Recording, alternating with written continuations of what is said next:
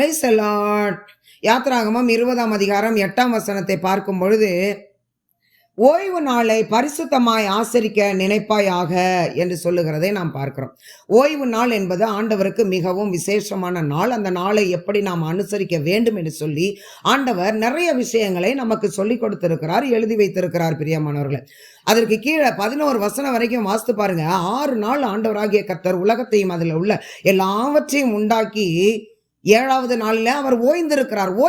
அவர் அந்த நாளில் அவருடைய பிள்ளைகள் ஒவ்வொருவரும் அவரோடு கூட பேசணும், அவர் சமூகத்தை தேடி வரணும், அவரோடு இடைப்பட வேணும், அவரோடு நேரத்தை கழிக்க வேணும், அவரை துதிக்க வேண்டும் என்று சொல்லி ஆண்டவர் மிகுந்த எதிர்பார்ப்போடு அன்றைய நாளில் நமக்காக அவர் காத்திருக்கிறார். பிரியமானவர்களே, யாத்திராகமம் 16ஆம் அதிகாரத்தில் மன்னாவை ஆண்டவர் பூமிக்கு பொழிந்தருளும் பொழுது 6 நாள் என்ன செய்கிறாரு? தினந்தோறும் தேவையான அளவு ஜனங்களுக்கு பொழிந்தருள்கிறார்.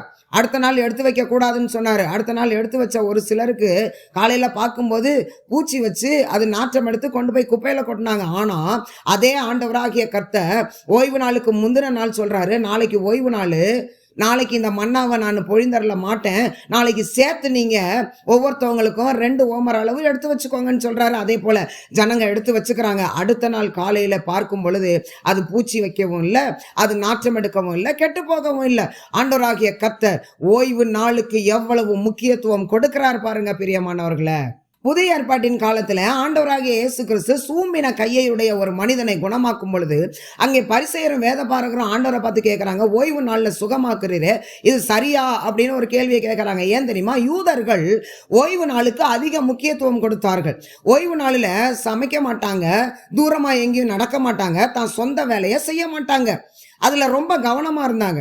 ஆனால் இயேசு கிறிஸ்து இங்கே சுகமாக்குற ஒரு காரியத்தை பார்த்துட்டு அவங்க ஒரு கேள்வியை கேட்குறாங்க, நீர் ஓய்வு நாளில் இதை செய்யலாமா? அதுக்கு ஆண்டவர் சொல்கிறாரு, உன் ஆடு இல்லைன்னா கால்நடை ஏதோ ஒன்று குழியில் ஓய்வு நாளில் விழுந்துருச்சுன்னா இன்னைக்கு ஓய்வு நாள், நாளைக்கு வந்து குழியிலேருந்து தூக்கிக்கிறேன் அப்படின்னு விட்டுட்டு போவியா அப்படின்னு ஒரு கேள்வியை கேட்கும் பொழுது அவர்களுக்கு பதில் சொல்ல முடியாத அளவு வாய் அடைக்கப்பட்டது. பரிசுத்த ஓய்வு நாள் என்பது மனிதர்களுக்கு விடுதலையை கொடுக்கிற நாள், கட்டுகளை அவிழ்க்கிற நாள், சாபம் முற்றிலுமாய் முறிந்து ஓடுகிற நாள், மந்திர கட்டுகள், செய்வினை கட்டுகள், பில்லி சூனியங்கள் எல்லாம் மனிதனை விட்டு முற்றிலுமாய் விலகி போகக்கூடிய நாள். எப்பொழுது கர்த்தருடைய சமூகத்திற்கு ஆலயத்தை தேடி போகி அவரை ஆராதிக்க மகிமைப்படுத்த தேவ பிரசன்னம் அளவில்லாமல் இறங்குகிறது, கர்த்தருடைய மகிமையும் வல்லமையும் அளவில்லாமல் இறங்குகிறது, கர்த்தர் அவருடைய அபிஷேகத்தை நம் மீது ஊற்றி நிரப்புகிறார். அந்த நேரத்தில் ஆராதனை வேளையில நம்முடைய கட்டுகள் எல்லாம் ஒன்றொன்றாய் அறுக்கப்படுகிறது. பிரியமானவர்களே, பாரத்தோடு போகிற நாம் அந்த இடத்துல என்ன மனநிலைமையோடு வருகிறோமோ அந்த மனநிலைமைக்கு ஏற்ற வார்த்தையை ஆண்டவராகிய கர்த்தர் நமக்கு கொடுக்கிறார், பேசுகிறார். சமாதானம் அடைகிறது, இருதயம் ஆறுதல் அடைகிறது. நாம் பெரிய விடுதலையும் சமாதானத்தையும் பெற்றுக்கொண்டவர்களாக ஆலயத்தை விட்டு வெளியே புறப்பட்டு வருகிறோம். ஆனால் இன்றைய நாளில் அநேகர் நான் வீட்டில் இருந்தே செல்லில் மெசேஜ் கேட்டுக்கிறவேன், செல்லில் நான் ஆராதனை கேட்டுக்கிறவேன் என்று சொல்லி வீட்டிலேயே உட்காந்துக்கிட்டு கேட்டுக்கிட்டு இருக்கிறாங்க. கர்த்தருக்கு அருவருப்பானது. பிரியமானவர்களே, 6 நாள் எனக்கு நேரம் இல்லைன்னு சொல்ல முடியுமா? நம்ம 6 நாள் கரெக்டாக வேலைக்கு ஓடுறோமே, 7வது நாள் ஆண்டவருக்கு கொடுக்குற நாளையும் நமக்கு சேர்த்து திருடி கொள்றோமே. அந்த நாளையும் நமக்கு எடுத்துக்கொள்வதற்கு ஆண்டவர் அதிகாரத்தை கொடுக்கவில்லை, உரிமையை கொடுக்கவில்லை. அவருக்கு கொடுக்கிற நாளை அவருக்கு தான் கொடுக்க வேண்டும். பிரியமானவர்களே, சபை கூடி வருதலை ஒரு சிலர் விட்டு விடுகிறதை போல நாமும் விட்டு விடாதபடிக்கு என்று எபிரேயர் 10:25 பவுல் சொல்லுகிறதை நாம் பார்க்கிறோம்.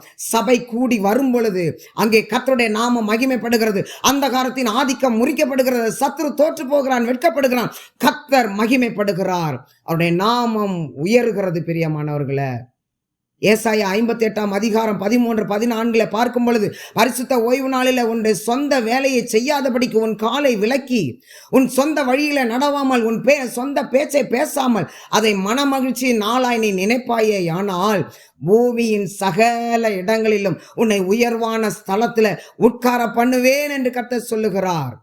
நம்முடைய சொந்த வேலைக்கு பரிசுத்த நாளை உபயோகப்படுத்தக்கூடாது. நம்முடைய வேலையிலிருந்து நம்ம தூக்கி எறிகிறதுக்கு ஆண்டவருக்கு ஒரு சொடக்கு போடுற செகண்ட் கூட அவருக்கு அவசியம் இல்லை. பிரியமானவர்களே, அப்படிப்பட்ட தேவனாகிய கர்த்தரை ஆராதிக்கிறோம். நாம் அவருக்கு முக்கியத்துவம் கொடுப்போம். கர்த்தர் நம் ஒவ்வொருவரையும் ஆசீர்வதித்து அவர் நடத்துகிறதை நாம் பார்க்க முடியும். தேவன் தாமே நம் ஒவ்வொருவரையும் ஆசீர்வதிப்பார். ஆமென்.